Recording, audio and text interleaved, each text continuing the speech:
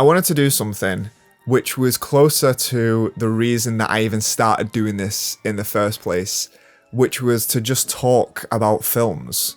Like, when I think about what I really, really liked about film and about cinema, ultimately most of my time was made up talking with my friends, shooting the shit about films and bits of films and coming up with theories and just stupid shit which was able to take pieces of high art and make them fun and be able to actually interact them on a day-to-day basis.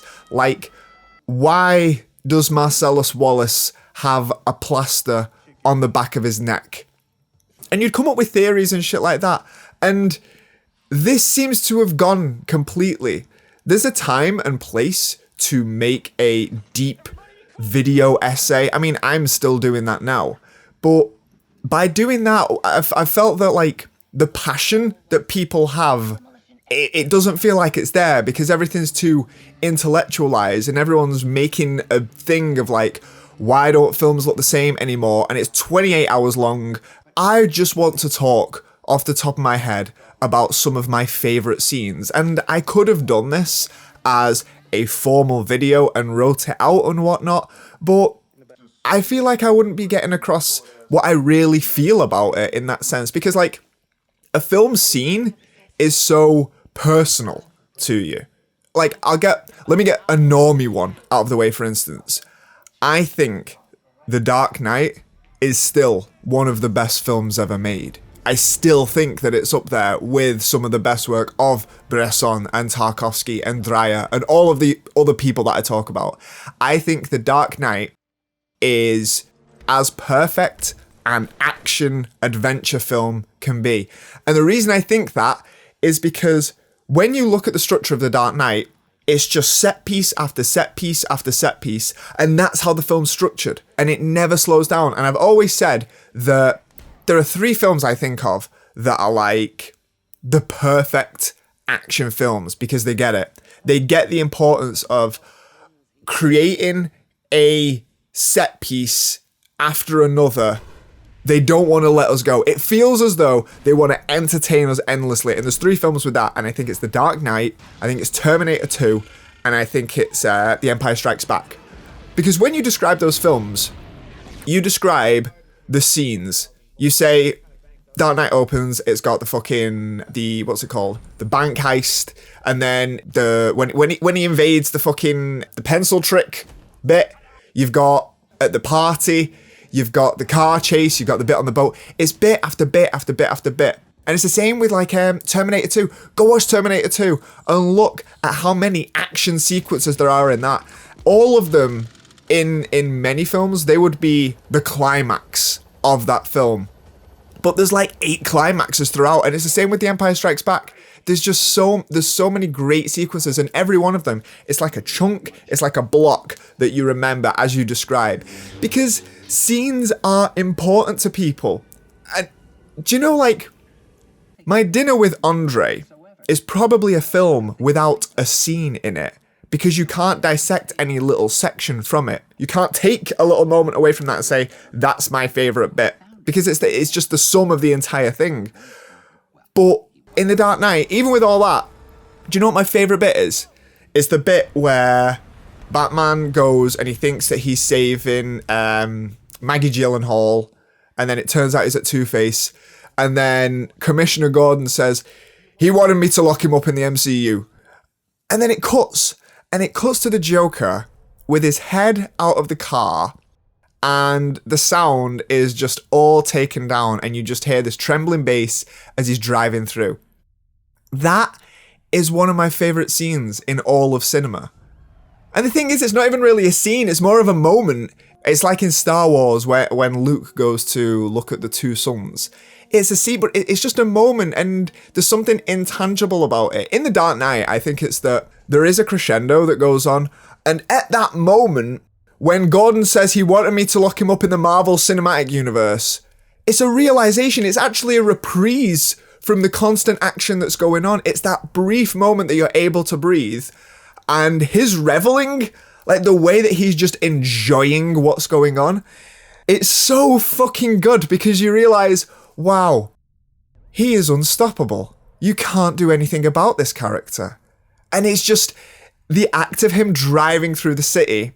It's a perfect metaphor of him, this ongoing chaos that he's ensuing. And it's perfect. And I say that because, you know, if I'm talking about the scenes, then I would also put something like Tarkovsky's Mirror, that scene with the cabin. But the thing is, like, how do you describe that to someone?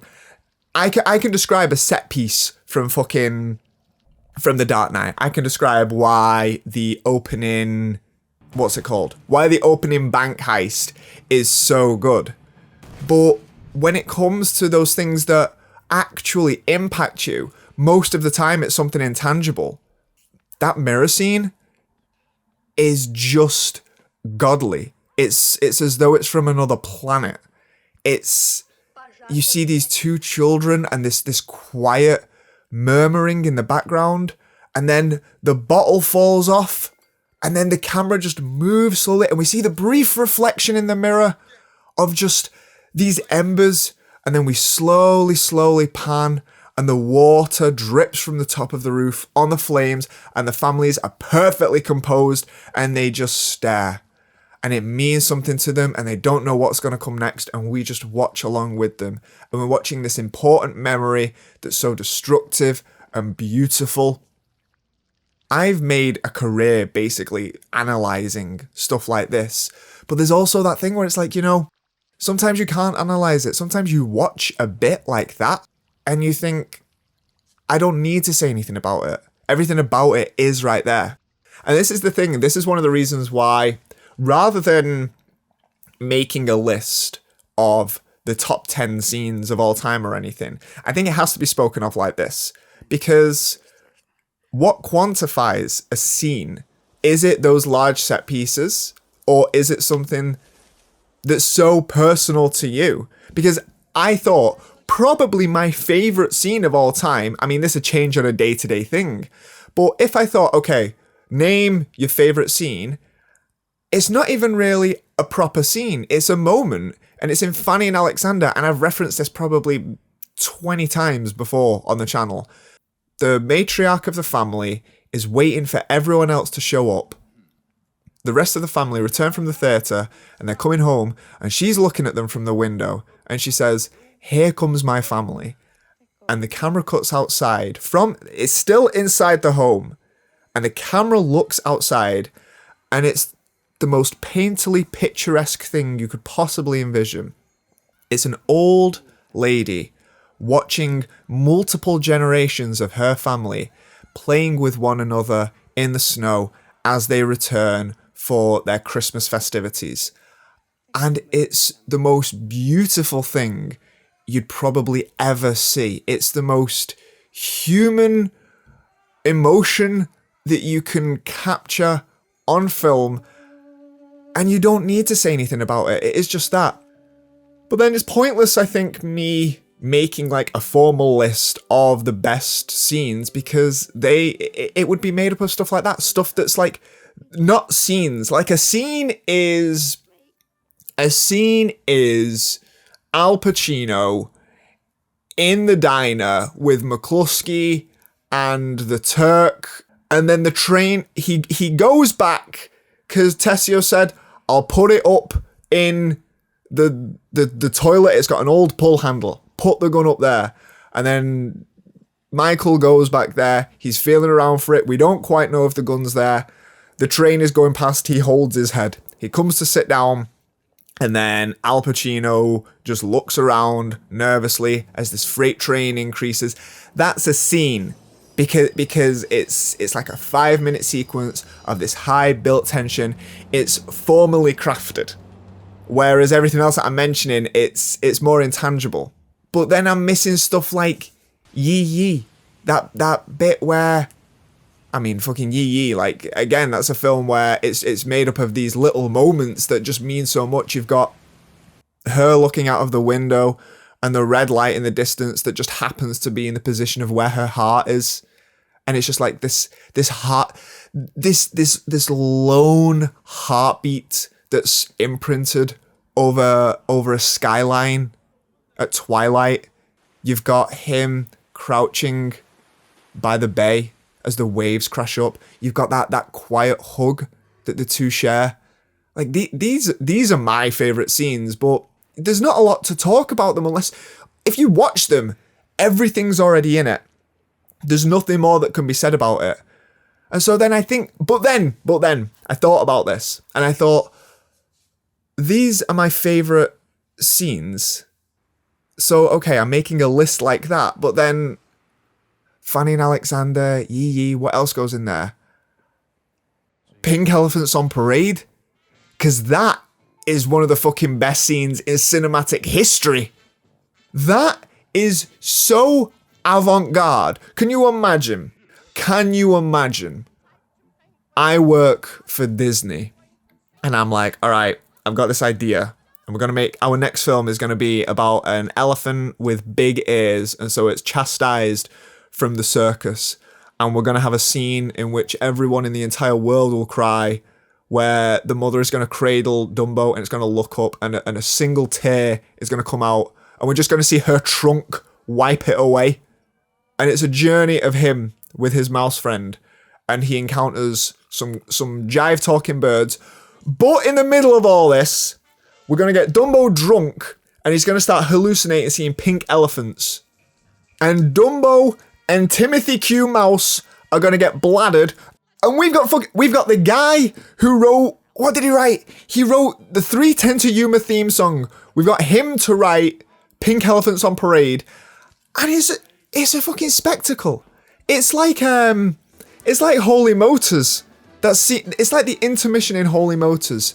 And this is what I think of with scenes, is that there is a craft to creating a good scene, because I think that also it has to have this kind of schism between what's going on in the film. It does have to stand out. Like, for instance, I like Dune Part Two. I think it's a very, very good film. I think it's very entertaining.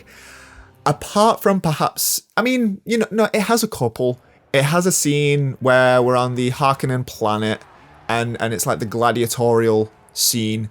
We have the ending between him and Paul, like the fight.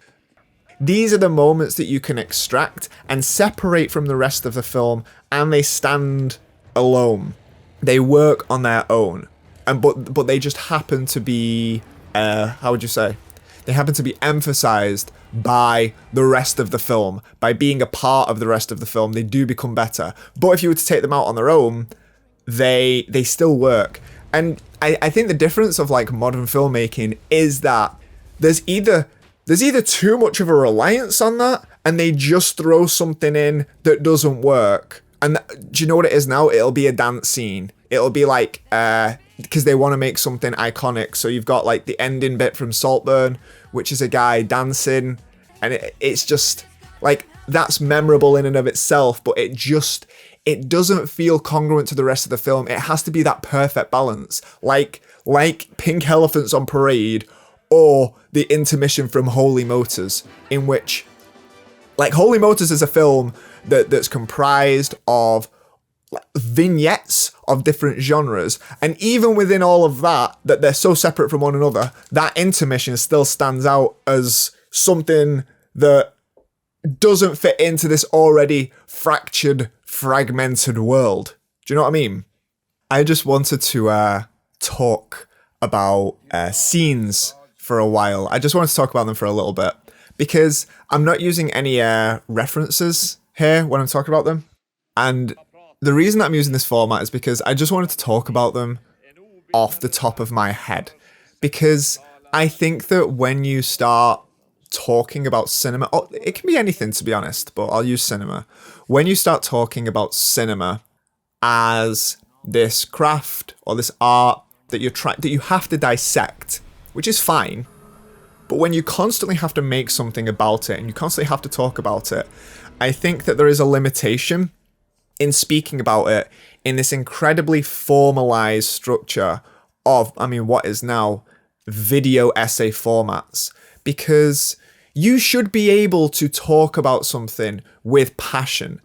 And with passion, if you have passion for something, it should be there in your brain and in your heart, and you should be able to reference it on the fly. Like, I'm able to talk about this stuff because I love it. I love thinking about this stuff. My whole life, I've just enjoyed talking and coming up with questions and just speaking about this in this manner. Like, we don't need definitive answers all the time to enjoy talking about something.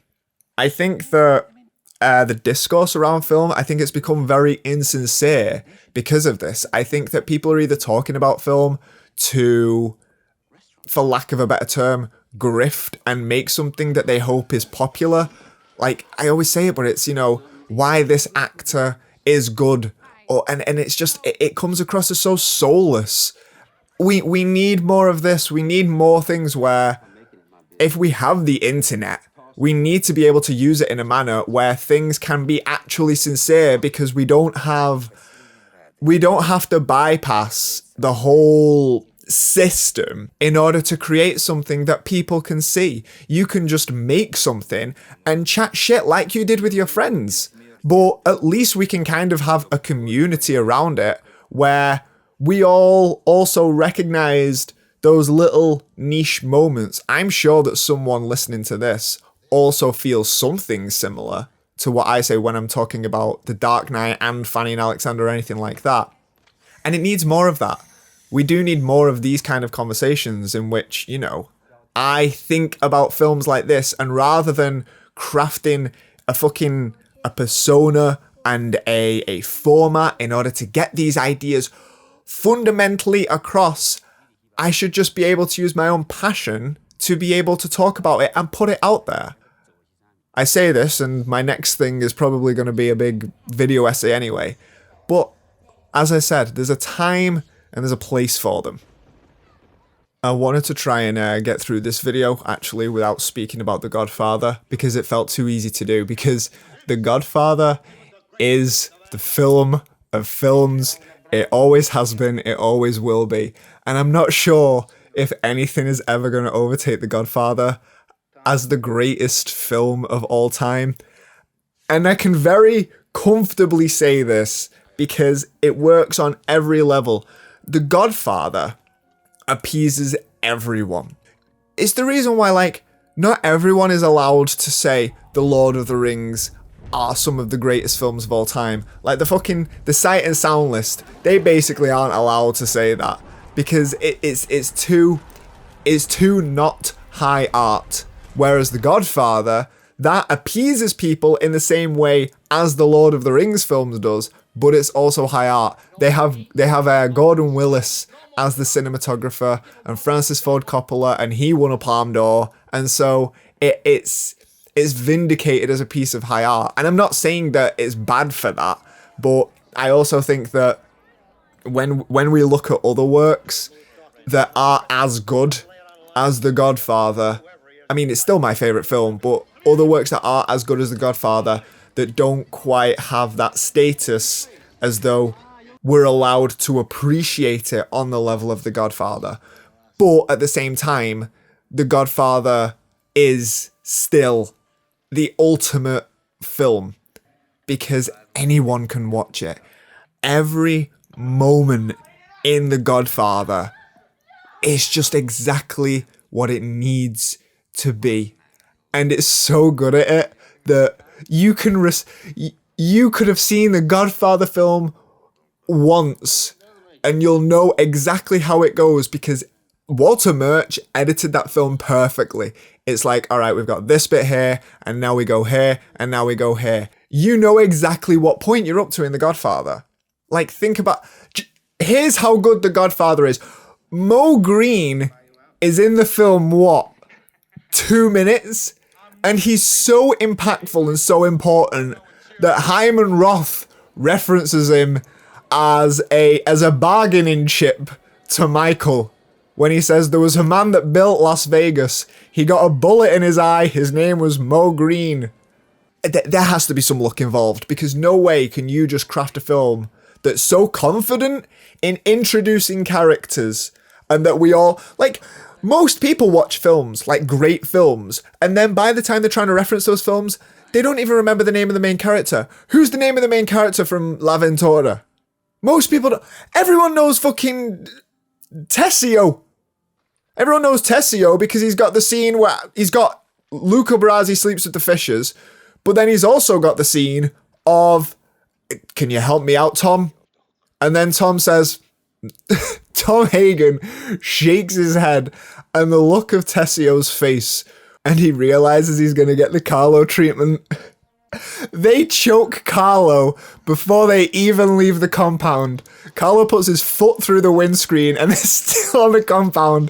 They probably did that in front of Tessio to scare him. But that's the thing, like, think of The Godfather, and you right now can say every scene probably in order. It starts off, I believe in America, zooms out, we see fucking Don Corleone, he's saying, you don't even call me Godfather, and says, will you be my friend? And then he kisses his ring, and that's how powerful you know Don Corleone is, because he's in this shady little room, he's stroking a white cat, and then he sniffs a flower. He sniffs a flower on his lapel, and he doesn't care what anyone thinks about it. He says, give it to Clemenza.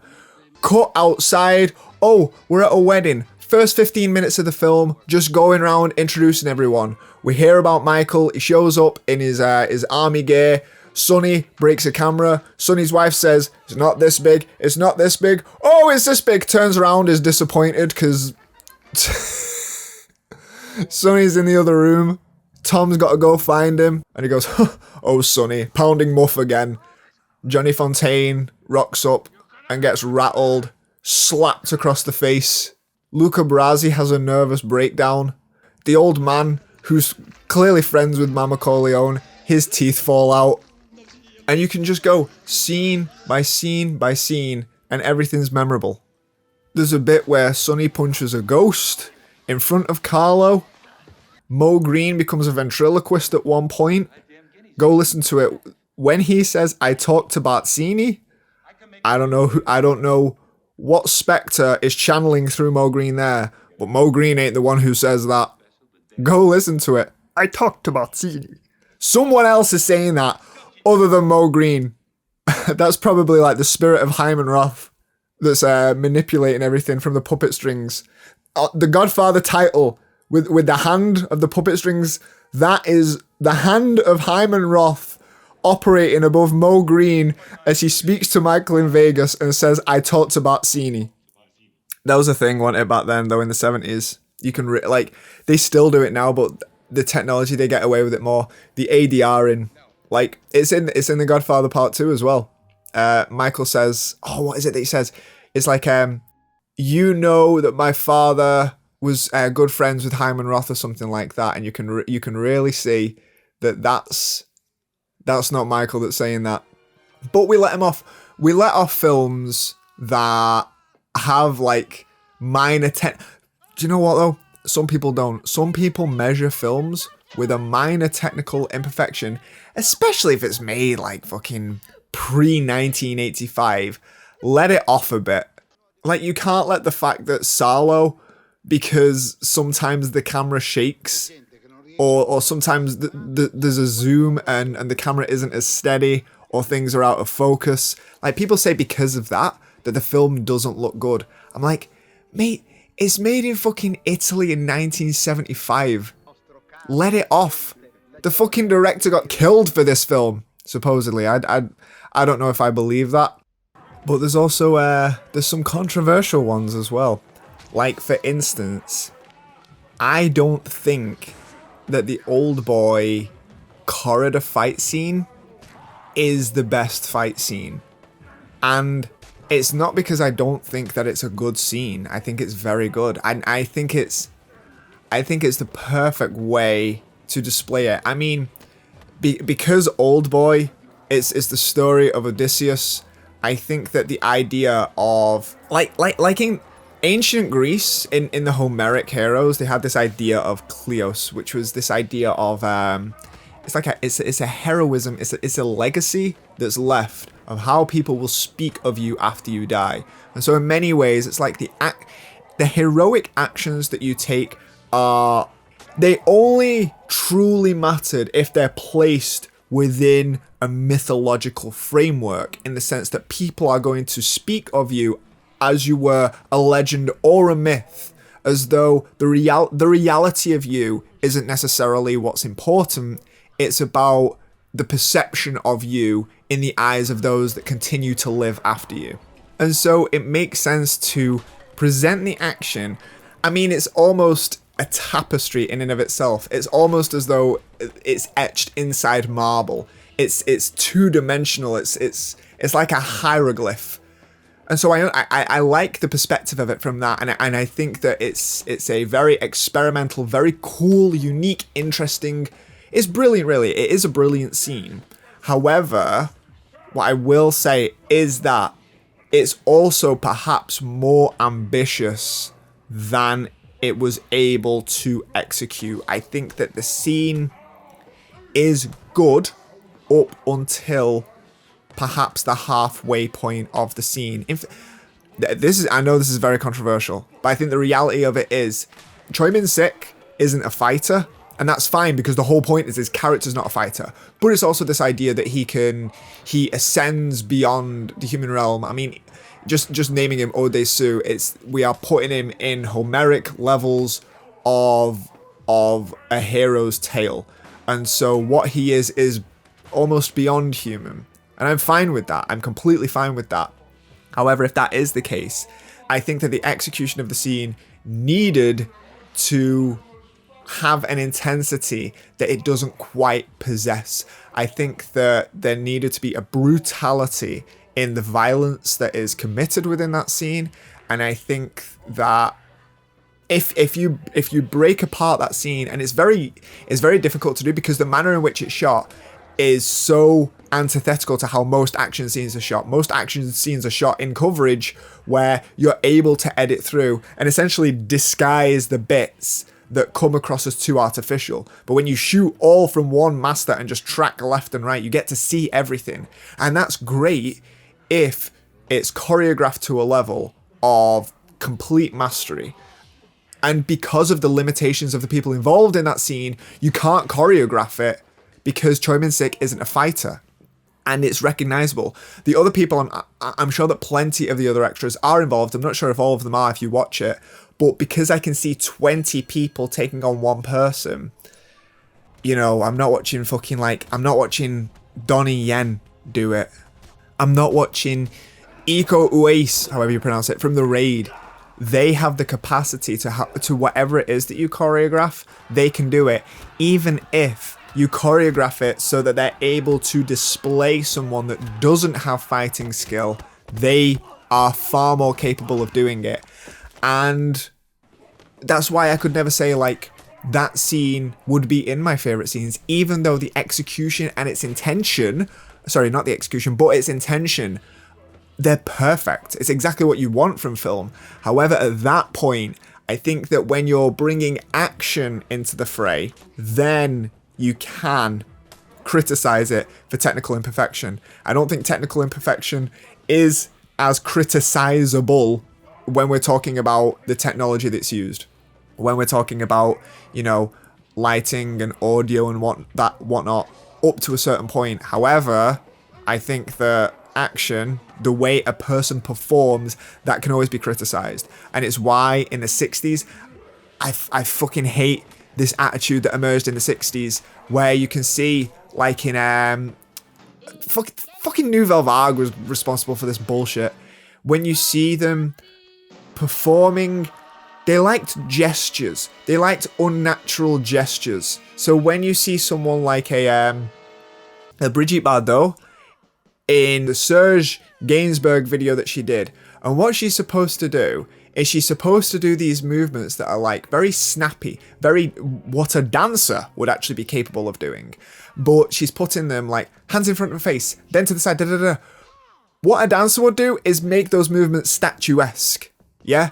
They would snap into spot and leave them there. They know how to maneuver and their body and isolate. But when you have no training to do that, then you don't have good coordination. You're not capable of doing it. And you can see this in like fucking French cinema from the 60s, and then it invaded everything after. Blow Up, which is a film, if we're talking worse scenes, gee, I've got something to say about that. Like the model at the beginning and whatnot, like when you can see that would have been considered actual model photography from the 60s. And it's just someone with no coordination whatsoever. But if you want a scene of utter ineptitude that encapsulates all this that I'm talking about, watch Blow Up. Fuck me. That scene where the woman goes to his apartment to like chastise him after he encountered her in the park. She goes to his apartment and then he's so unfathomably charismatic, apparently, that she just falls head over heels in love with him. She cannot contain herself from his masculine charms, that she loses all inhibitions, and she sits down and he teaches her how to smoke. It's like she's never seen a cigarette in her life. This is like a scene from a fucking National Geographic documentary where a woman from the Amazons encounters listening to music for the first time. He teaches her, he says, no, smoke it against the beat. And this bitch dances like she's having an aneurysm. And I hate watching this. I hate in any film where people do not have coordination. If you can't, we see it a lot with dance. We see it with dance because we think, oh, as long as you're feeling the vibe, it's just a form of expression. You can do what you want. And it's just, you can, but you look like a div. It would be like if Michael Corleone was played by Pee Wee Herman. You can do it, and it will offer something, but there's a way of doing it that's objectively better. We treat performance sometimes as, I don't know, like we're not actually watching what the person does and how they portray themselves. I think Brad Pitt, for instance, I think Brad Pitt's a great actor. I think Inglorious Basterds is a great film. But I think that we also need to understand that Brad Pitt's performance in that, it's supposed to be over the top, but it's not over the top in the correct way. Do you know what I mean? Like if someone was to do a, like, like Tommy Lee Jones in Natural Born Killers, that is over the top. And but at the same time, he's still managing to portray to us the extrapolation of, the exaggeration of what a warden at a prison like this, a psychopathic warden would be. So even though he goes over the top, he's still getting the character across. Whereas in Inglorious Basterds, I think because of the performance of Brad Pitt, it's like he's getting across what he's supposed to do, but he could have done it in a better way. Do you know what I mean? Like the accent's not right. We can all hear it. The accent doesn't quite work. I hear that it's Brad Pitt in there. But again, acting's another one. Acting's another one where films can be elevated just because of the performance. I think Training Day is a massive one with that. I think you take Denzel Washington out of that film, keep the same character, keep the same dialogue, put a great actor in it. It doesn't matter who, but put a great actor in the position of Denzel Washington, and it's just, I never want to watch Training Day after that. I only want to watch it because of him. I want to watch it because of the performance and nothing else. And it's why great scenes can be made up just of acting. That scene in Killers of the Flower Moon, where it's the finale between Leonardo DiCaprio and Robert De Niro, and he's just explaining to him, he says, no, you've got to listen. You've got to listen to me here. And Leonardo DiCaprio just shaking his head saying, I can't, I'm not going to listen to you anymore. He's saying, now, you got to listen to me. And there's so much going on. That fucking nuance is why Robert De Niro is probably the greatest actor that's ever lived. I would say Daniel Day-Lewis, but Daniel Day-Lewis fucking lives in a cave for 10 years and then makes a film. And I appreciate that. But the consistency of which Robert De Niro's done it over so many decades, he probably is. But it's that nuance. It's that scene in Casino where Ginger shows up to his house and she's like, she's wrecking the garden. And Robert Downey Jr., Robert De Niro's reaction to her continue, as he's trying to speak, he pauses for a moment and he gestures with his hand to Ginger, to the cop, like saying, do you see what I mean?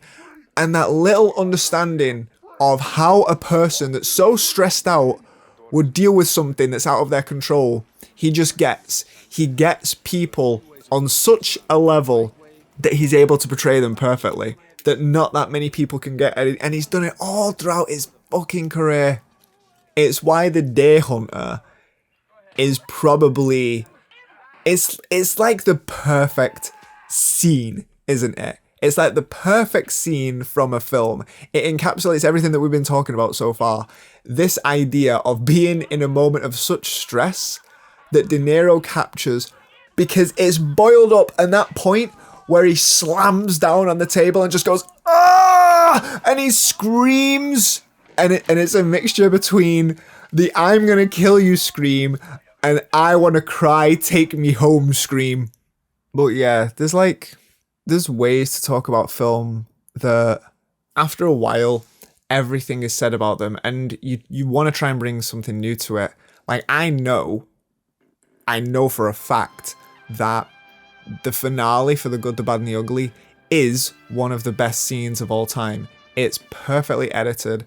It's the perfect climax for a film in which you followed for like 2.5 hours these characters chasing one another, and then it finally all coalesces. They meet at the place they were all trying to get to, and now only one can emerge victorious. It's one of my favourite films of all time, and it is the best scene from that film. Like, the finale of that film is it's perfect. But there's also this idea of when something is so good, and has been so good for years and years and years, that people have spoke about it enough, there's nothing left to offer for it. Yes, it is one of my favourite it is one of my favourite scenes, but I don't feel like I'd be able to add anything to that. And the notion, the main reason, I keep saying the fucking main reason, what am I on about? One of the reasons why I'm doing this format, is to, if we want a good discourse to occur, if we want interesting shit to be made about the stuff that we really care about, we can't keep regurgitating the same stuff. We can't keep just, finding something that we know people are interested in, or finding a thing that isn't too niche, but niche enough that people like the greatest film you've never heard of and shit. It's like you need to approach the stuff that people are aware of and capture that little bit inside them where it's like, oh yeah, I did feel that. I get that. I felt that, even if it was just subconsciously. And it's why it's not always beneficial to just talk about the established greats of the greats, because we all know, we've all heard. It's like me saying that the Mexican standoff in The Good, the Bad and the Ugly is one of the greatest scenes. I don't think I have anything unique to offer within that. Now, if someone came and had a theory on that, or was able to approach it in a different light, that wasn't just made up, that wasn't just like, I have a theory about what this film, that's bullshit. Something that they thought when they first watch it, that they continue to watch it, that they spot that the rest of us don't, then that's the kind of stuff that I want to hear. I want to hear these unique individual perspectives coming out from people, rather than just yapping for the sake of yapping. And it's why, if I was to say, okay, give me the best finale from a film, I could say The Good, the Bad and the Ugly. But in order to push my agenda for the stuff that I want to see people speak about on the grand scale of the film canon and people talking about art, I want to hear people referencing that one of, maybe the greatest finale to a film, the greatest climax to a film, is also the end of Evangelion.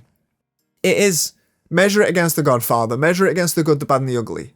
put it up against anything, it's an operatic climax that is of an artistic scale. It's such a crescendo and a collapse.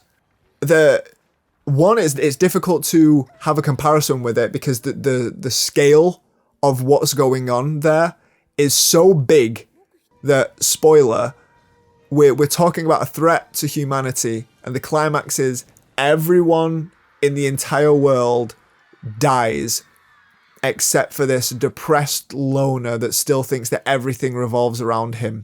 And it's all done to this bittersweet song of death. It's literally composed the same way the baptism scene is in The Godfather, Part 1.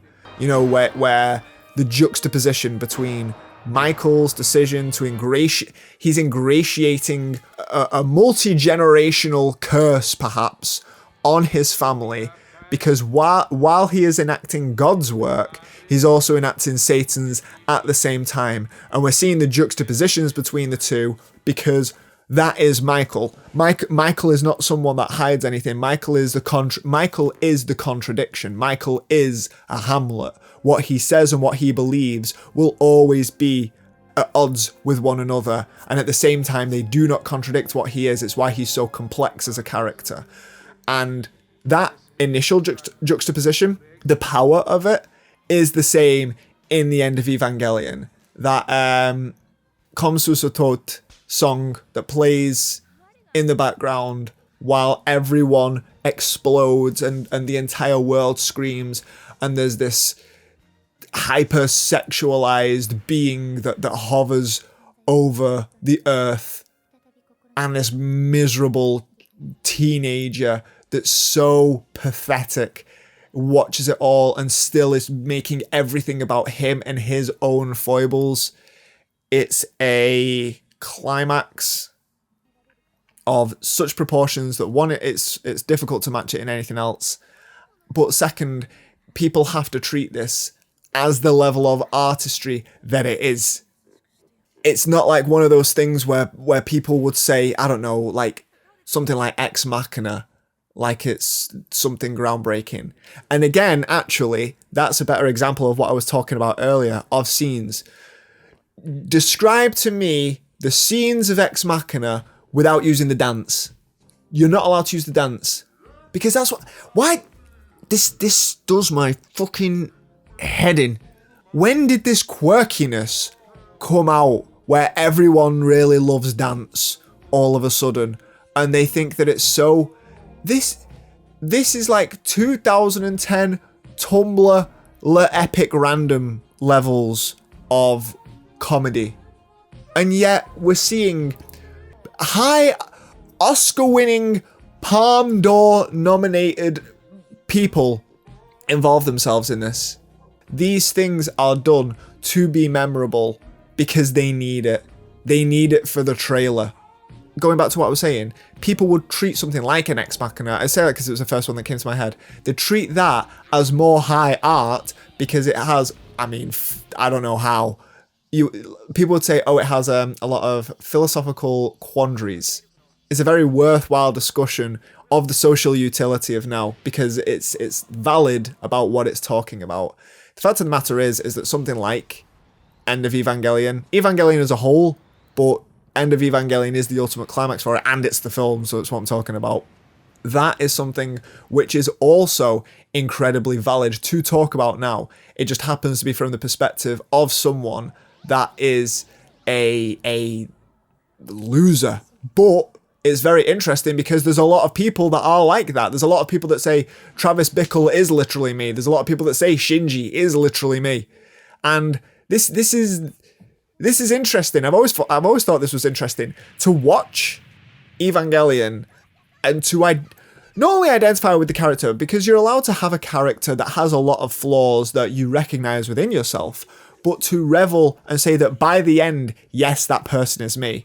I think that when you would see a piece of art be so critical over someone that you would then continue to say, yeah, that's me. I want to be that person. I want to be that person where when it's at the end of the world, I still struggle to enact power over this fucking girl that I like.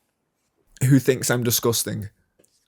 Do you know a film that I love that I'd never get much of an opportunity to speak about on here is fucking Happiness by Todd Solondz. That film is some wild shit. Out of all the films, I've talked about fucked up films on the channel and whatnot before, but that film is wild. That opening scene where fucking, what's his name? Where fucking John Lovitz is like, you don't like me? He starts crying on the date that they're on and whatnot.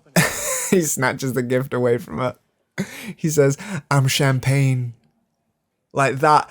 There are scenes in that film, I can't even speak about them on here. I'm not even allowed to speak about them.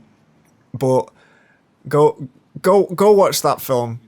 I love Philip Seymour Hoffman. I mean, if he was alive, if he didn't die, he'd probably be the greatest actor living right now. He was stupendous. The way he could channel certain nuances of people. He had this laugh that he did that he was able to do, which felt real. If you listen to, what's it called, the Sidney Lumet film, Before the Devil Knows You're Dead, there's a moment near the beginning of that film where he's lying in bed with Marissa Tomei, and they're just talking, and he's asking like what she thinks, and he laughs in such a way that's so real and authentic. It's so not forced. But at the same time, when I think of him laughing, he does it in Happiness as well, which is like this awkward guy that's trying to be aggressively nice in the hope that everything will be fine because he's weak. And he does it, you know, in The Big Lebowski, where he's guiding the dude through Lebowski's house, and then he meets Tyree and she's like, I'll suck your cock for $1,000. And he does this gesture where he extends his hands and go, it's this forced, awkward, his body stiffs up. Acting, it's an art form that when done right, it's not often done right, but when it's done right, it can be the best part of the film. It can be the most memorable thing, because that's also what we're watching films for in many ways. We're watching it because it reciprocates some part of us that we recognize. Like when I see Philip Seymour Hoffman do a laugh like that, even if I don't do it, I've seen people do it, and it's so immediately recognizable that it is the part of cinema that I do feel that we're most drawn to. There is something about the recognizable that gets us. Mate, that scene in The King of Comedy, that shit is a horror movie for people with dreams. Like, have you ever seen do you know people that are so convinced of their own genius, of how good they are at something, that they don't hear the silence around them? Like Rupert Pupkin is that. When he's down in his basement and he's killing it in his head, if there was an audience there, he'd be bombing. But his delusion is so loud that for a brief moment, it drowns out his mum upstairs, and then she has to intrude on it. And that's the punchline. He thinks that he's famous. And you have to respect him a bit, because deep down, that's all of us. That's Instagram comedians that can't tell a joke. That's SoundCloud rappers that can't speak. The 8,000 podcasts that are made every day with no one listening. And no one... That's me. That's me on here right now, hoping that you're enjoying this. But we keep going. We keep going because that dream, that lie, it's warm. It's something that, you know what? One day I'll make it.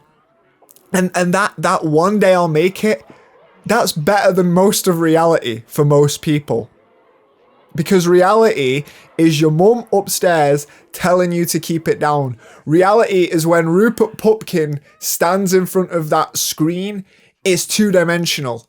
But his dream is that any day now, that imprint is going to be real faces And one day I'm going to look at it and they're going to move. I'm going to cut, I'm going to close my eyes, and then it's going to cut from this position to me on a stage.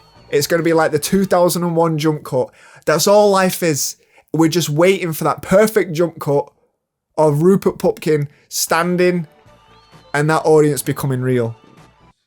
And like, if Rupert Pupkin is the delusional, borderline psychopathic dreamer, then American Movie is his drunk, broke cousin who also never stopped believing. Mark, mate, that guy is like the prophet of failure. And I don't mean that in any disparaging terms. He's got no money. He's got no time. But he's out there directing films in a cemetery with his mum's car and Mike Shank, who sounds like he's been tranquilized since birth. It's beautiful. Mark's in there buzzing that he gets a MasterCard after he's just made like a giant pile of empty envelopes from debt sharks. I love Mark because he talks about Ingmar Bergman and he's referencing like the beautiful black and white from the Seventh Seal. Talk about, we're going past, what does he say? Like dilapidated duplexes. I love it. I love the way he speaks. I love his passion. There's delusion in it. But he doesn't know how to stop. He doesn't know how to stop chasing that dream. And that actually makes him successful because at least he's doing it. The dream is never just something that bypasses him and it's never something that he doesn't achieve.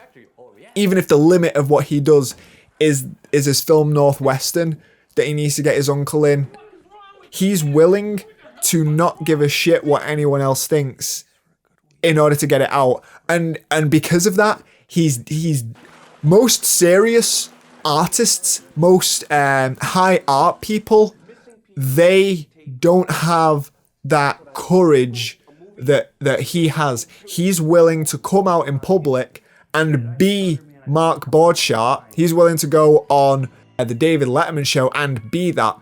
Whereas someone like a Godard, he has to be the persona of what Godard is. Godard could never just be himself. Like, Mark is willing to explain about how, in 15 minutes, I'm going to be cleaning up someone else's shit. Because that's who he is. And he's okay putting that out there. He's not philosophizing about it. He's not saying, but see, the man doing this represents... It's like the film Black Girl is a good film, okay? It is a good film. But there's moments in it in which what it wants to say, it would actually be able to say more of if it didn't try to say it. Do you get where I'm going with that? Like, if you haven't seen Black Girl, it's a black girl from Dakar, from Senegal. She goes to France and she becomes the maid for this white couple. It shouldn't be called Black Girl. It should be called White Bitch, because that's all this film is. But what ends up happening is that the narrative of the film is told by the inner monologue of the main character. And the thing is like, if we just watched it, if we watched it like a Jeanne Dielman, where she's just going about her business and she's tidying up after these people and she didn't say anything, then we would be able to look at her situation and she would just be that and we would get it. But I think the fault of the filmmaker is that he, because he probably is more of a bourgeois intellectual, he requires explaining and contextualizing what this girl is. And so when the black girl, that's the name of the film. Her name is Dioana. Yeah, Dioana, I think. So I don't have to call her Black Girl anymore. So Dioana is tidying up. If she were just tidying up and this white couple was like, "You're so fucking lazy, this in Africa," and is like just telling her to get up and look after Philippe, the French kid, then I would be watching her and be like, wow, she's so passive. Things are just enacted upon her. You know, this is just what she is. Like, all she is the maid. All she is the cleaner. All she is the cook. But because she has to then have a monologue, say, what am I? Am I the cook? Am I the maid? Then it's a case of your bullshit overthinking is actually making you think that you're not that. It's making you think that you're in a position that you don't become that. Do you get what I mean? Like, Jeanne Dielman is a different film, and she's going through the whole film saying, why do I just look after this boy? The malaise of which you have of your own situation means that you're not embracing what you are and accepting the situation that you're in and triumphing in spite of that, which is what Mark Borchardt does by saying, you know, I am gonna be cleaning up someone else's shit. He's not asking why. He's not asking what it means. It is what it is. It's the bullet from the Day Hunter where fucking John Cazale is like, I want to shoot. De Niro pulls out the bullet and he says, you know what this is? This is this. And I like that bit in the Day Hunter, because this is something that I'm also trying to get across with this, is that there's a materiality to life. And when a scene or a film or any piece of art gets it right, it's able to capture that this is this. Even if it is something way more artistic, even if we go back to the beginning and we're talking about the scene from Mirror in which we're just watching a family look at a burning barn in the rain. We don't need to go any further than that. It is what it is. And a lot of the time when we try to intellectualize and recontextualize all this stuff and make big video essays and big talking points and definitive pieces on it, what we often end up doing is recontextualizing something in a certain way that we're actually detracting from that, what it actually is. It's like in, you know, There Will Be Blood, that scene where everyone's going to say that the most important scene is the I drink your milkshake bit. But do you know the bit that actually is the this is this scene? It's the bit where, like, Eli's walking up to Daniel and you've got the Johnny Greenwood music playing and he's walking up to him and he goes right up to him and he says, when we get our money, Daniel, bang! And he just slaps him, and even the camera is like, oh shit, we're in this position, because it follows him and it's at this low angle and it's looking up at Eli from a low angle like he's asserting dominance, and as soon as he's slapped, he goes down to his knees and the camera just goes woof, and now all of a sudden it switches perfectly that Daniel's now being looked up at, and he drags him, and Paul Dano does what Paul Dano does best, which is scream like a helpless child in every role that he's ever been in. Daniel pulls him, drags him by the hair through that. And you know what that scene, like, we always talk about actors that, you know, real moments when things happen to actors. Leonardo DiCaprio, he really cut his hand at this scene. There's a moment in there where I'm thinking, like, Daniel Day-Lewis, he could have got done for assault on that bit. Because there's a point where he gets the mud and he shoves it in his mouth and he's like holding him so he can't breathe.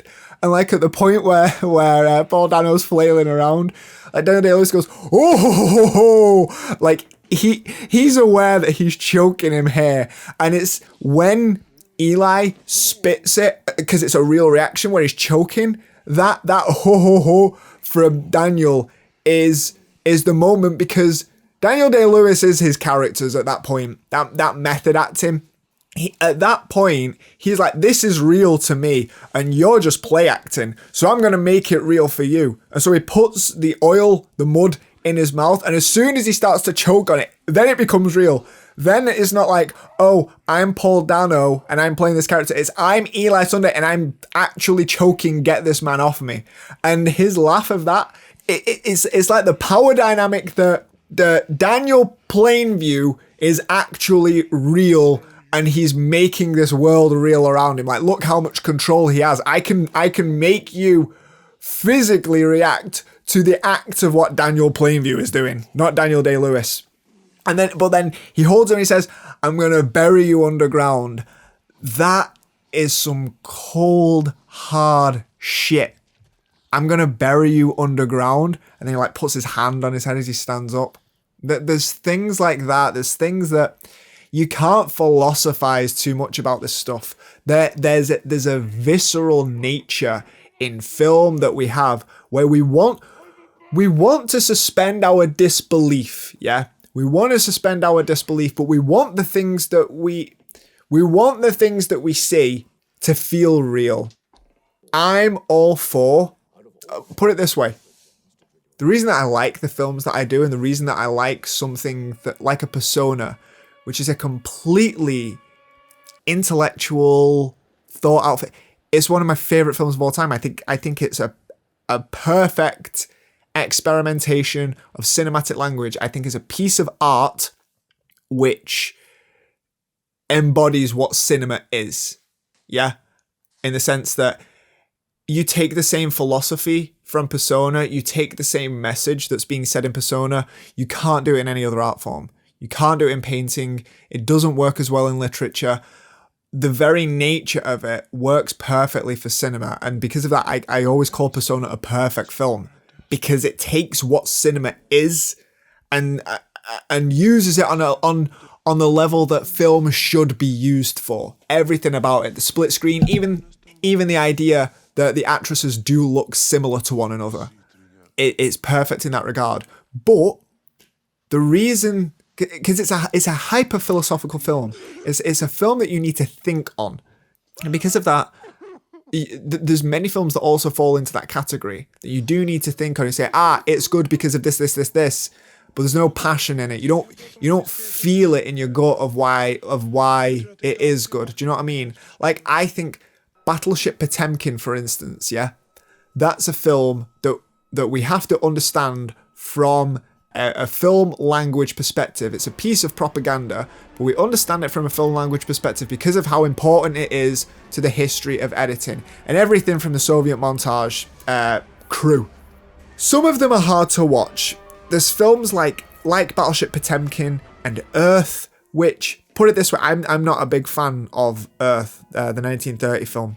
But Battleship Potemkin, I think, is a very well-constructed film. You watch it and you think, wow, for the time, it really is. It's a paradigm-shifting film. From that point onwards, new knowledge was given to people of how filmic language works. You know, you take the Kuleshov effect and you expand it into a giant narrative thread. You're able to do that. But as a film, it doesn't particularly make you feel anything outside of the historical context because it's a piece of political propaganda. So with that, I'm sure it made people in fucking 1920s Soviet Union feel something. However, to watch it without the context, you don't really feel anything. Not like, for instance, I can watch Man with a Movie Camera and it makes me feel something just because those emotions aren't, deep swells of emotion. It does make me feel something. It gives me a degree of excitement. It gives me something like, an adrenaline boost to see this kind of mechanization of people, even if I don't agree with it. It does make me feel something. A Persona also makes me feel something, even though it's hyper-intellectualized. It still comes from the perspective of Bergman, who is, at his heart, he's a humanist. He's exploring human stories. Sometimes they just happen to be these very ephemeral, sometimes over-philosophized, but not with Persona. I think something like, what's it called? I think Wild Strawberries is a film that is too over-philosophized, and because of that, it overshadows the humanism. It overshadows the things you're supposed to feel something within that film. Funnily enough, the best part of that film is its opening scene. That opening dream sequence is fucking incredible. And the reason it's incredible is because it does make you feel something. There's something uncanny and there is something being said on there. And it's, quote, the least philosophical aspect of the whole film. And this is an issue that a lot of films have, is that when you start to say something, when you're really trying hard to say something, sometimes it works best when you just go instinctually with it, and people will feel it. People will feel why, that moment in which we see the two faces of Persona clash with one another, that means more than explaining what it all means. It's why ambiguity should always be a cornerstone of film. I'm not saying go out and make something that's like, even I don't know what I'm making. I think the artist should have some degree of, control and understanding of the things that he makes. It doesn't have to be absolutely everything, but I think there needs to be those gaps in which, because otherwise if you have so much control, you're going to confuse yourself. You're going to try to explain absolutely everything that you want to say, and that's not how things work. Sometimes you have to allow people to infer, and sometimes you're going to realize, oh, I don't exactly know why I feel these things, but I feel them, and the image is going to explain that in and of itself.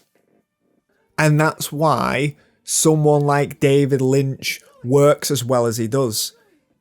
Because when you take something like Blue Velvet, if you take Blue Velvet, it has an anchor of meaning within it that the layman can follow. Because, for instance, Eraserhead can be a film that someone watches and have zero idea of what's going on. If they have no literacy of cinema whatsoever, they'll watch Eraserhead and just think that it's nonsense. They can't latch on to anything within there.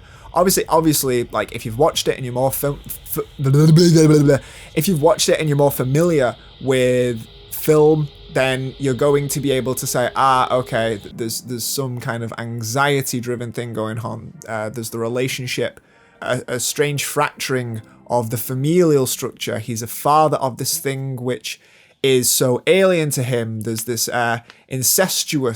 borderline incestuous thing going on with his in-laws. There's a clear thing of a family dynamic of some repression that's occurring within him. You can latch onto these things and you can infer. But most people watch it and say, I don't know what the fuck's going on here. I asked my dad to watch this film because he really likes Mulholland Drive for some reason. And he's watched Mulholland Drive. My dad's watched Mulholland Drive like 6 times just on his own because he wants to figure out exactly what's going on and he enjoys it. So I was like, oh, okay, watch Eraserhead. And then I called him and I was like, oh, what did you think? And he said, I watched it for 15 minutes. I'm not watching that shit. I still don't know. Like, the average person should be studied because the average person that watches and engages with media, that there's such an inconsistency with it. Like, I'm considered an outlier because I like watching and talking about, quote, obscure art films. But at least there's a fucking consistency in what I do. Like, the idea that someone watches something and then sees a similar kind of approach, but that one was too far. Anyway, going to Blue Velvet, like, let's not forget Lynch for a second here and what Blue Velvet is. Blue Velvet was the first proper Lynchian film, because when you look at his career up to that, Blue Velvet, prior to that, he made Eraserhead, which was his first film. But that could have just been looked at, that was his beginning, like, student-esque kind of thing. That was his early experimental thing that got him noticed. That's like when you look at Denis Villeneuve's filmography. You look at those first 2 films of his, August 32nd and Maelstrom. Like, those are so away from the rest of his work. It's like they're Pablo Honey. At that time, that's how it would have been looked at. It exists. It's not within the narrative of their artistic journey. That's the prologue that we acknowledge. Because when Blue Velvet came out, it went Eraserhead. Then it went The Elephant Man, which is a mainstream film. Then it went to Dune, which was a big studio film. So, like, the trajectory of it is like, okay, David Lynch was just, he started off with this, and he's just this guy that's making films.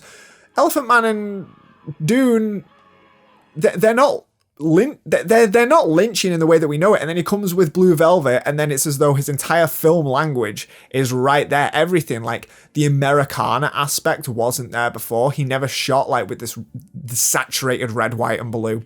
The schism between the two worlds that's so blatant in the rest of his work. You've got Lost Highway, you've got Mulholland Drive. He just emerged with this language. But what I was saying was the reason that Lynch works in regards of this is precisely because Lynch is someone that relies on instinct, and Blue Velvet is something that has that framework in which the average person could watch it more than they could an Eraserhead, because there is a story that's going on. It can just be the story where we're following Jeffrey going into this underworld with Dorothy, and the character of Frank is like this underworld gangster, and it goes a bit weird from there, but there is still a story. And I think that the benefit of a Lynchian scene is that uncanny nature that is ultimately completely based in instinct. It's based in our we call Lynch's work uncanny precisely because we cannot often quite grasp or explain why. If we thought about it for a while, we'd probably be able to, and people would get it. But it's precisely that. The main reason why it works is on instinct. The main reason why Lynch works is because people just get it. When you see fucking like the cowboy character from Mulholland Drive, a guy that's just lit up from one light with no eyebrows, that's just talking to us in this prophetic nature of, when you see me a second time, it's so nightmarish, and we know why it's nightmarish because we've had nightmares like that. And Blue Velvet, that scene when we are at fucking what's the suave guy's name? Mr. Suave, what's his fucking name? Ben. When we go over to Ben's place, that might be the best sequence in any of Lynch's work. Because, do you know what I love about Lynch? I love the fact that everyone in the room, in any Lynch room, everyone in every Lynch room, they're in their own world, and they're going through their own story, and they speak to anyone like they are the main character, and their perspective of the world is the only thing that exists. Frank is screaming at everyone, but no one acknowledges it. That point where at the end he says, "Let's go on a trip," and he points at that woman in the face and says, are you coming?" That's hilarious. The idea that he would point at a woman that he doesn't know and encourage her to come on the road trip with him, and the fact that she doesn't even acknowledge it because she's going through her own narrative. And Ben, Dean Stockwell playing Ben, it's brilliant. The glazed over eyes.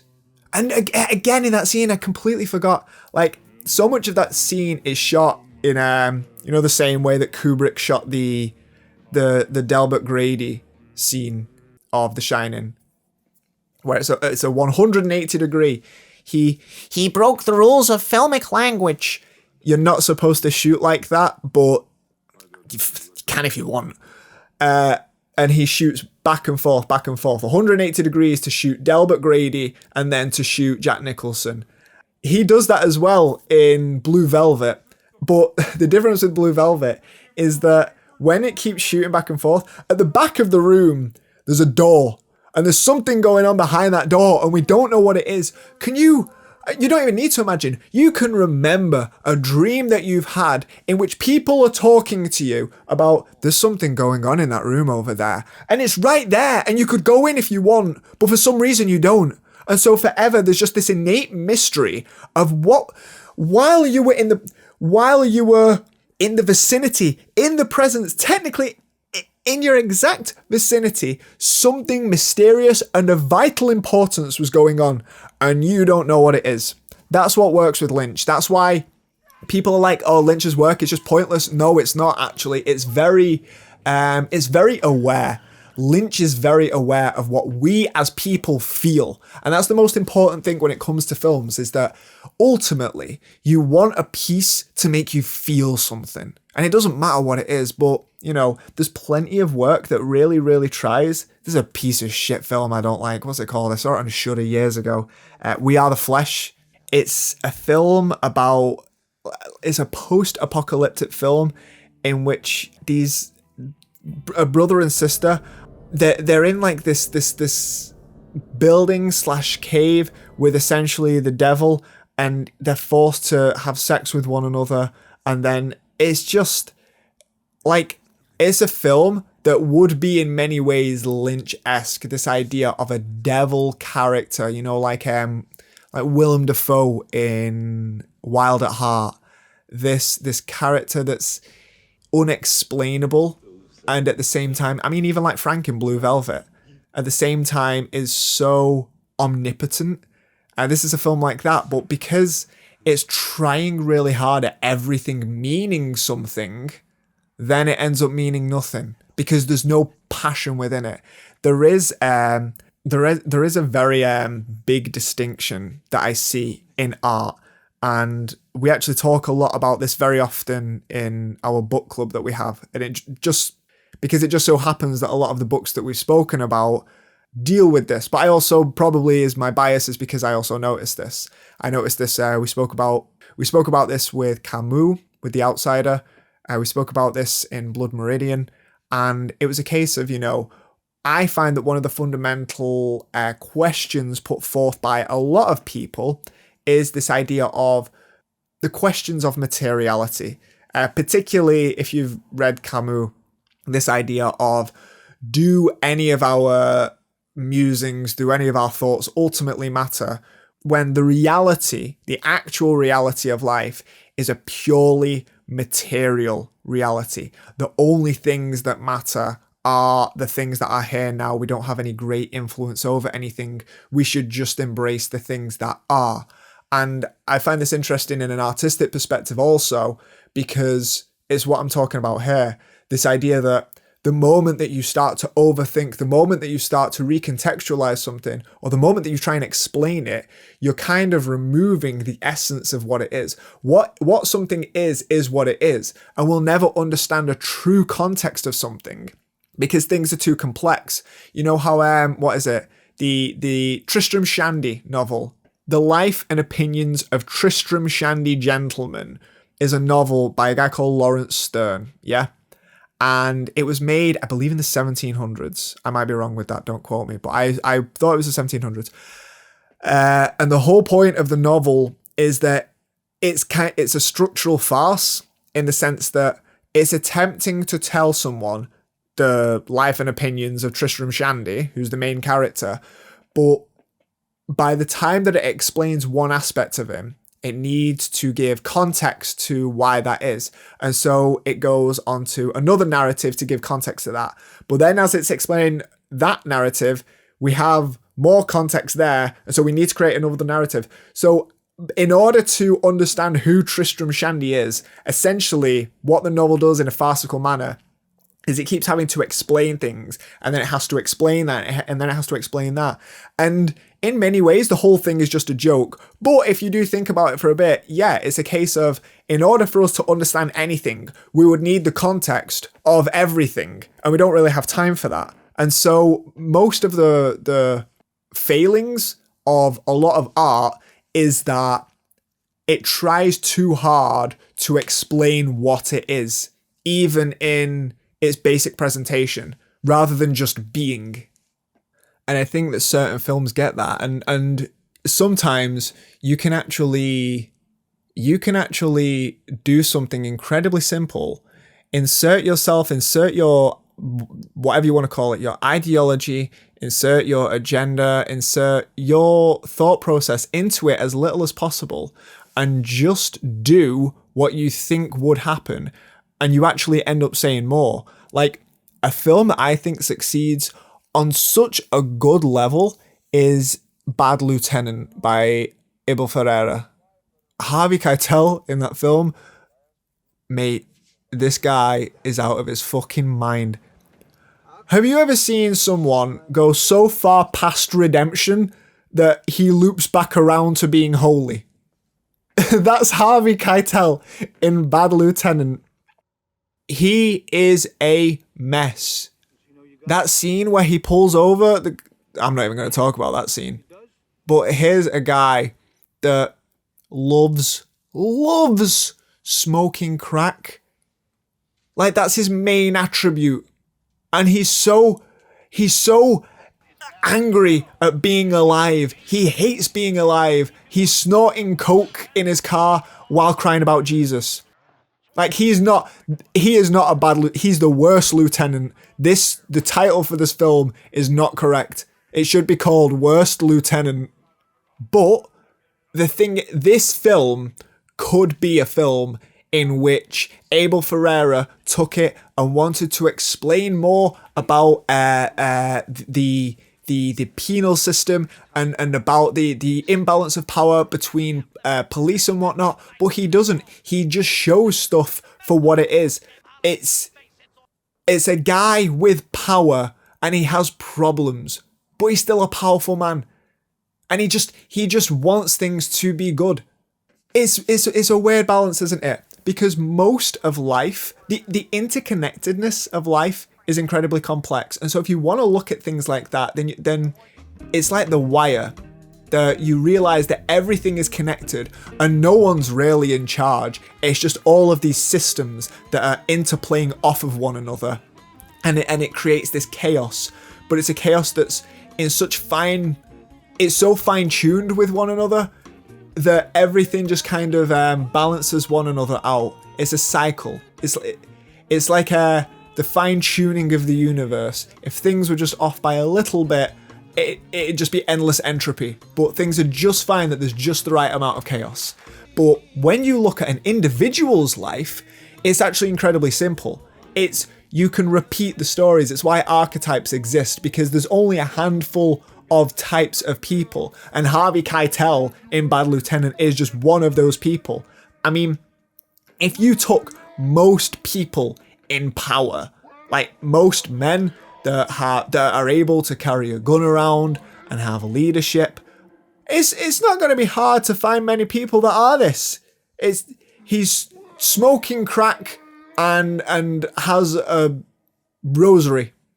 It's because the sinning is too good for him. He enjoys the sinning too much, but at the same time he wants God to look down on him and say, "Listen, you've got to let me off with this. I do enough for the community. I stop the bad guys, that you have to let me have this."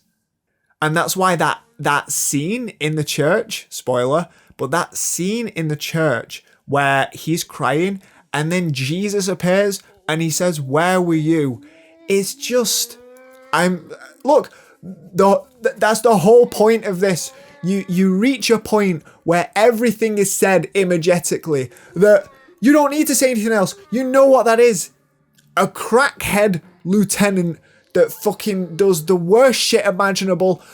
Still, he tries kind of a little bit, because we all try a little bit. We all try a little bit in our life, and in some things we just fuck up immensely. But when you have someone who fucks up immensely in this position of such an immense degree, like, you just want to go on your knees and say, "Jesus Christ, where were you? I'm in a life I can't fix, and I know what's going on, and I know it's bad, but I enjoy it too much. I'm not a bad person. I just enjoy the sin." And it's like, it's that stuff, isn't it? It's why so much of art cinema can feel pretentious, because these are the things in life that we actually care about. We actually care about, I'm a fuck up in my life.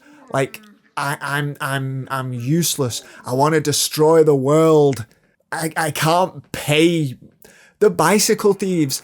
I can't go to work because my fucking bike got taken, and I want to take my kid and get him a bottle of wine every now and again, because we've just fought a war, and I can't, and I will, but if I do that, then I can't buy food. Like, these are issues that actually occur in day-to-day life, and it's why, like, because people get it twisted. People will look at the Bicycle Thieves and say, oh, it's about a man that loses his bike, where's the drama in that? Mate, there's immense drama in this, because think of your life. Do you know when you have a bad day? When you have a bad day, what happens? Your life doesn't fall apart. It's like, the tire on my car just fucking exploded. For no reason. And again, this is the balance that we have with art, isn't it? It's that I like things to have cause and effect, because then I can be more interested in what goes on. But at the same time, if I want to capture a scene that really gets real life, it's shit that just comes out of the blue for no reason. Haneke has that. Haneke does that perfectly in 71 Fragments of a Chronology of Chance. I love that film. The reason I love that film is because he plays around with this context. He plays around with this idea of, okay, I'm gonna give you everything. I'm gonna give you the entire social, political, personal, psychological, interpersonal context to the climax of this film. You're gonna see it from every single perspective. You're gonna see it from the perspective of an outsider to the society. There's a boy who's like he's a refugee. You're going to see it from someone who's obsessed with the technology of the time. You're going to see it from people who work in this place. Basically what happens is a guy goes in and he shoots up a bank. And you're going to see, okay, the people that worked in that bank, you're going to see it from the perspective of the shooter, from the people that knew him, from people that are just in the vicinity at that moment, people that are impacted by it. Haneke gives us everything, absolutely everything, to quote, explain what goes on. And then it happens, and then we have no answer. He gave us absolutely everything that we could possibly have in order to explain it, and then by the end, it's not explained. And yet at the same time, he has diagnosed what actually happened.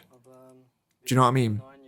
There's an intangible quality. There's a milieu, there's an atmosphere that's created with all of this that does explain it. Haneke in his work, like, Haneke always shows violence. Like, when you see that moment from the piano teacher where she's cutting herself in the bath, when you see her, she goes and she takes out the cum tissue from the bin and she just sniffs it. He shows us the shocking elements. Cachet, spoiler, where the guy slits his throat in front of him. Violence in Haneke films is not something that's on the outskirts. It's shot with a sterility of how he would shoot anything. It's shot incredibly objective. But it always comes as though it's out of nowhere. And yet he shows us everything. But this is also what happens in life. This idea of cause and effect is not something that often occurs, especially if we want to talk about the big issues of society. You know, cause and effect works when you hone in on a story. It works with, say, a Double Indemnity, for instance, in which the story is so self-contained, you don't really want to talk about society. You want to talk about people that are trying to get from A to B. Cause and effect works when you do that, when you have a story that is a lot smaller. When you're trying to talk about the grand things of everything, then it makes more sense to be like, do you know what? Do you know what the big story is? My bike went missing. My bike got stolen by some guy. I don't know who the fucking guy is. I don't know his story. That's life. I don't know. Sometimes you do. You just have to feel things in film and in art. And very often you encounter stuff where you don't feel a lot. I get it. Like, let me tell you something. Wanda, I get it. All right. I get what she's trying to do. Drifting woman, lost in the world, no control, don't want to do her hair, don't want to dress up, no agency, no nothing. And everybody, oh my God, it's minimalist, it's revolutionary. Barbara Loden made it. It's feminist cinema. Shut up. Do you know what it is? It's boring. That is what it is. And that is a fine critique of a film. To say something is boring, you're allowed to say it. Because you know what? We should be able to say that something didn't engage me. That's fine. Like, that's what Wanda is. It's the kind of film where you have to bring all the emotion to it. Because the movie's not going to give you any of it. You're sitting there like, I suppose this means something. No, you're then working too hard. It's the same that I'm saying with like Battleship Potemkin. Like, I look at it and I get what it is. And the thing is, Battleship Potemkin is a good film. It's not trying to be emotional. But the thing is that it's not making me feel anything. I'm just watching it as a study piece. And that's the same with Wanda, is that because of the context of it, I'm supposed to look at it and say, yes, I see. But it didn't make me feel anything. And do you know how? We go back to the conversation that we say at the beginning of this. You speak to someone about film, a family member, a friend, what do you always say? Oh yeah, that bit where da-da-da-da-da. Fucking, what bit from Wanda did you like? The bit where she was just sat nibbling some crisps? Like, films do require bits. It's anything. Imagine a comedy show that didn't have a bit in it. That was just this kind of meandering, rambling thing. It's why even something as intimate like the Bicycle Thieves, like, I can think of the bits in that. The fucking ending where everyone's like slapping him and then he walks off with holding his son's hand, crying. That's a fucking memorable scene because it's the catharsis of it all.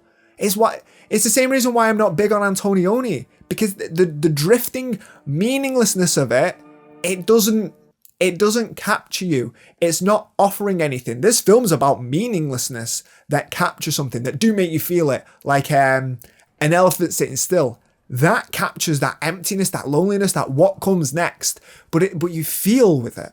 But there's so much of it where it's too nihilistic, it's too existentialist, and it's like, it's so dour.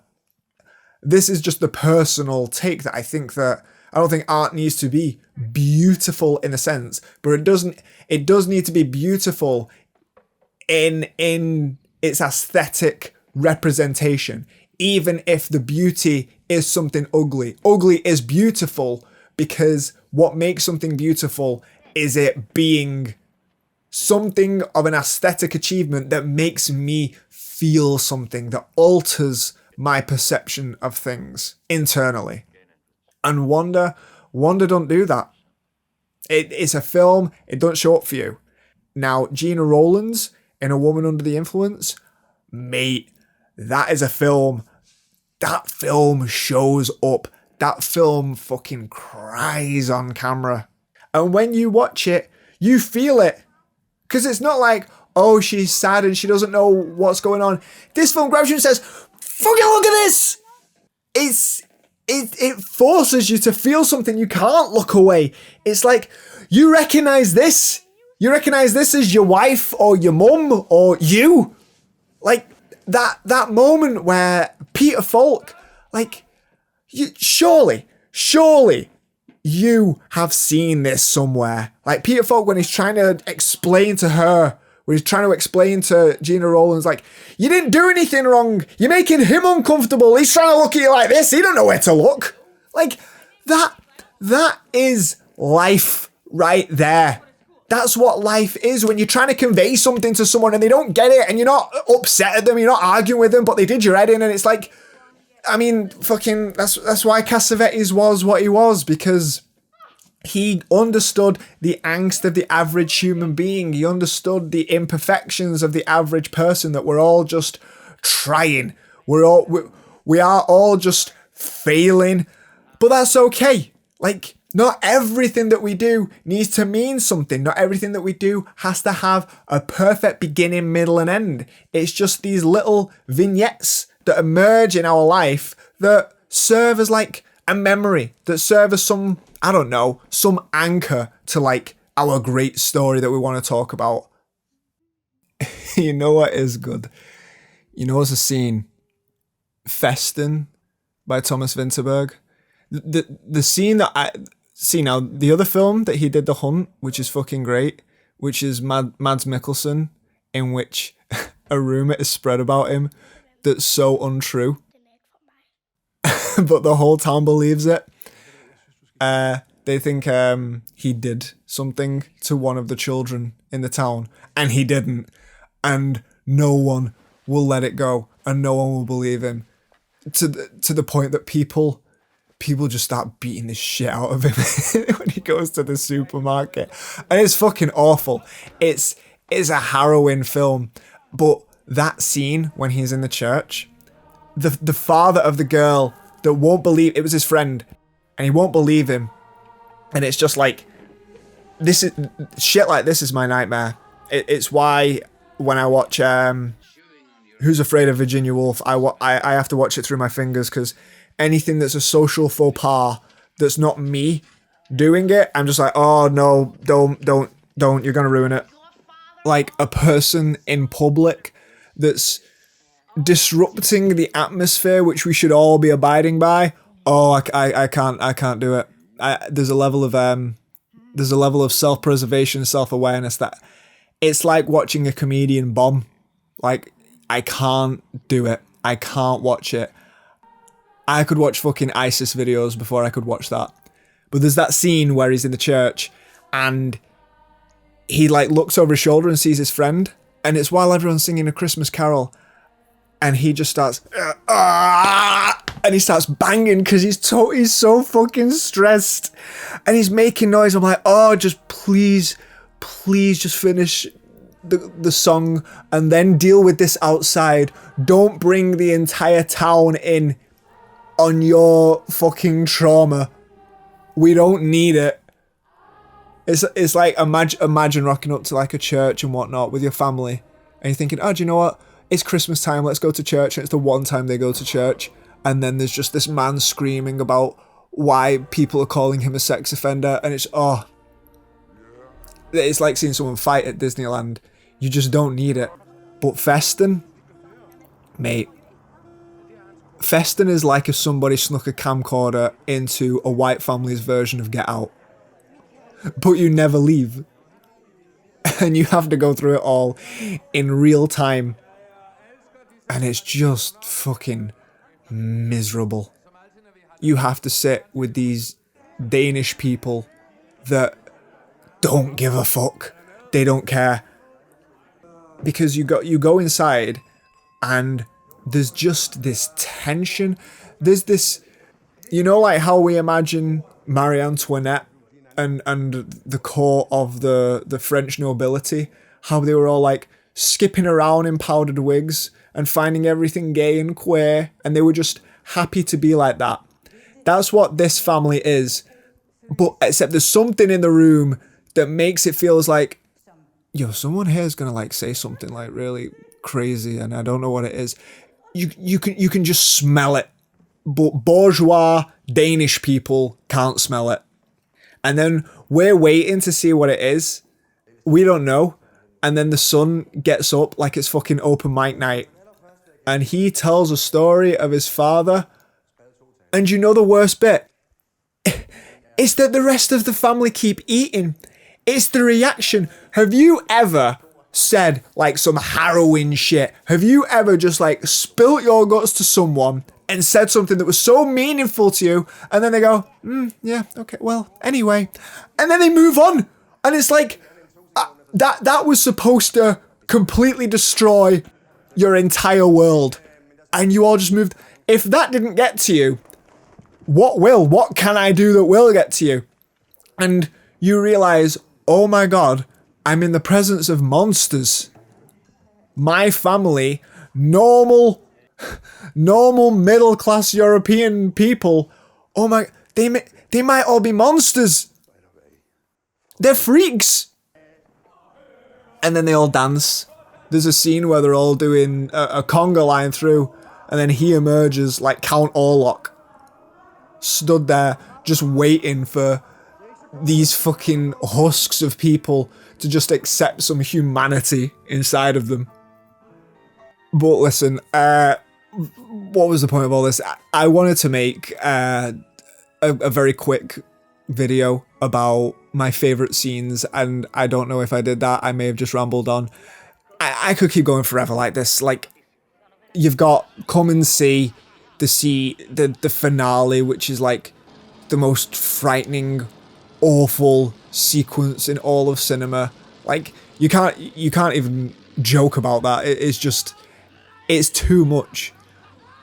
Again, though, it's like what I was saying. It is what it is. It's something so powerful that you can't say anything about it. What am I supposed to say about like a 20-minute sequence of this traumatized child watching the Nazis just burn an entire village of men, women, children, and they all laugh, and it's chaos, and it's like the closest depiction of hell that we've ever had on film.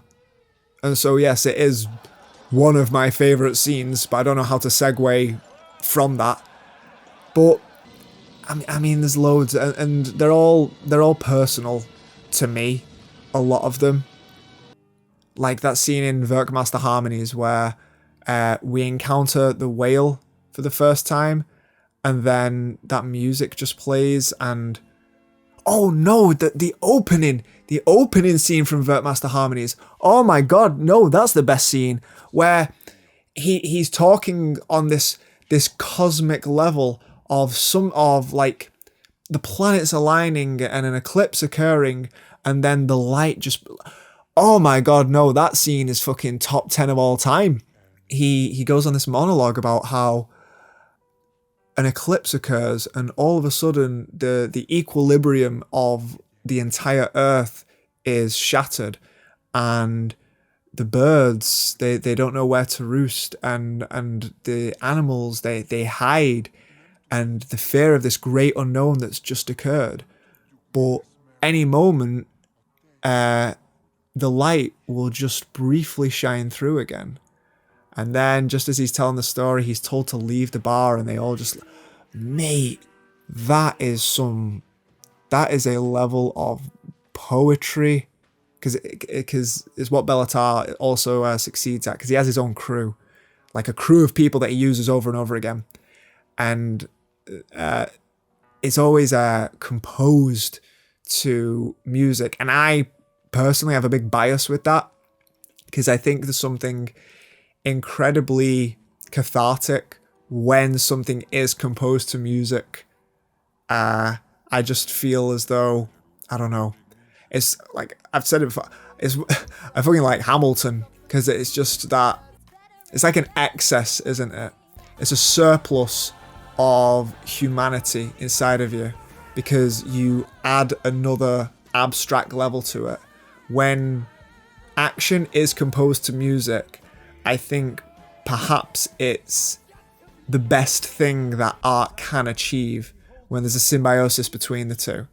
It adds something that transcends what's already going on. And Bellatar does that a lot, but perhaps his best scene is the opening of Werckmeister Harmonies, when he does that. And it's the same as Peter Greenaway in The Cook, the Thief, His Wife, and Her Lover. He does that in that, especially the ending sequence, funnily enough, because that scene where he uses Memorial by Michael Nyman, he actually, because that piece of music already existed before, but he composed the rest of the film with Michael Nyman. He actually composed that final scene and planned it timing-wise to the song. The song existed, and then he constructed that scene afterwards. And I think that makes perfect sense, and I think it's a very valid way to also construct a scene. Who wouldn't do that? If you're constructing a scene to music that already exists, why not compose it so that it's the pace of the music that already conducts the pace of the film? Because a piece of music has a rhythm to it in which it rises and falls, and if that piece of music carries within it a pre-existing emotional journey, why not just use that as a framework? You could look at composing a scene to a pre-existing piece of music as a form of adaptation, because all you're doing is you're taking the pre-existing emotional framework of that and you're creating something new of it. Like, that would be like adapting a novel into a film. You're just using a different medium. You're just hoping to translate the same feelings from that into something else. But yeah, listen, I could keep going on about this. I might do another one of these, I might not. This might be a one-off. But yeah, some of those were my favourite scenes of all time. Some of them weren't. Some of them were somewhere in the middle. Some of them were just interesting things to talk about. But yeah, I hope you all enjoyed listening to it. See you all next time.